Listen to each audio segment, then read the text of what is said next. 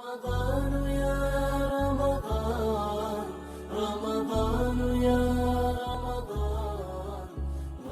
Ассалаумағалейкум, ардақты ағайын. Муслим кезет ақпараттық сайтына өздеріңіз жолдаған сауалдарға жауап беруді жалғастырамыз. Сұрақтарға жауап беруші Әзірет Сұлтан мешітінің наиб имамы Руслан Қамбаров. Ассалаумағалейкум аға. Оразадағы пітір садақаға байланысты мынандай сұрақтар жолдапты бізге. Жалпы пітір садақаны немен берген дұрыс дейді? Пітір садақа шариғатта жалпы 4 өнімнің негізінде беріледі. Бидай, арпа, мейіз және құрма. Бұл өнімдердің бидай мен арпадан біздің есеппен 2 килограмм, ал мейіз бен құрмадан 4 килограмм. Сол өнімнің өзін немесе құнын берсе болады. Әрине қазіргі таңда бидайдан қарағанда оның өніммен беріледі, сондықтан оны және де қаржылай берген жақсырақ. Осы пітір садақаны беру кімдерге міндеттеледі? Пітір садақа шариғаттың көрсетуі бойынша нисап мөлшерінде қаражаты бар. Яғни жалпақ тілмен айтқанда 85 грамм алтын шамасында қаражат қолында бар адамға пітір садақа беру міндет, уәжіп. Ал енді одан төмен қаражаты бар адамдар берсе болады. Пітір садақаны оразаның қай уақытында берген абзалырақ?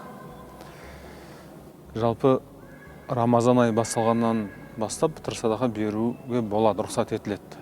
Ал енді оның ең соңғы шегі беру міндет болатын уақыты айт намазының басталмас бұрын, айт намазына шыққан кезде пітір садақасын беріп үлгеру керек.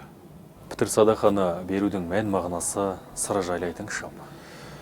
Бұл жөнінде Абдулла ибн Аббас жеткізген деректе ол кісі айтады, Алла елшісі біздерге Рамазандағы жасалған кейбір оқыс жаман әрекеттер немесе сөздерден тазару үшін және де кедейлерге ас болу үшін пітір садақаны міндеттеген еді деген дерегі айтылады. Демек, пітір садақа берудің негізгі екі басты себебі бар, сыры бар. Әуелгісі біздің ол оразамызды толықтырушы іспеттес садақа болып саналады. Екіншісі кедейлердің ауызашар дастарханына немесе айт мерекесіндегі дастарханына көмек болу үшін беріледі. Ал енді осы жерде ескеретін нәрсе, біз Қазақстанда ұнның бағасымен көрсетіледі үнемі.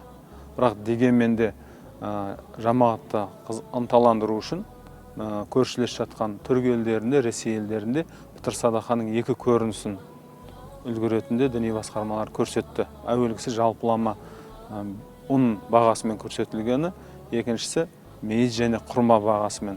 Мейіз және құрма бағасы әрине ұннан қарағанда едәуір көбірек болады. Көп рахмет. Ардақты ағайын, біздің сайтымызға өздеріңізді қызықтырған сұрақтарды жолдай беріңіздер. Алла тағала ниеттеріңізді қабыл етсін.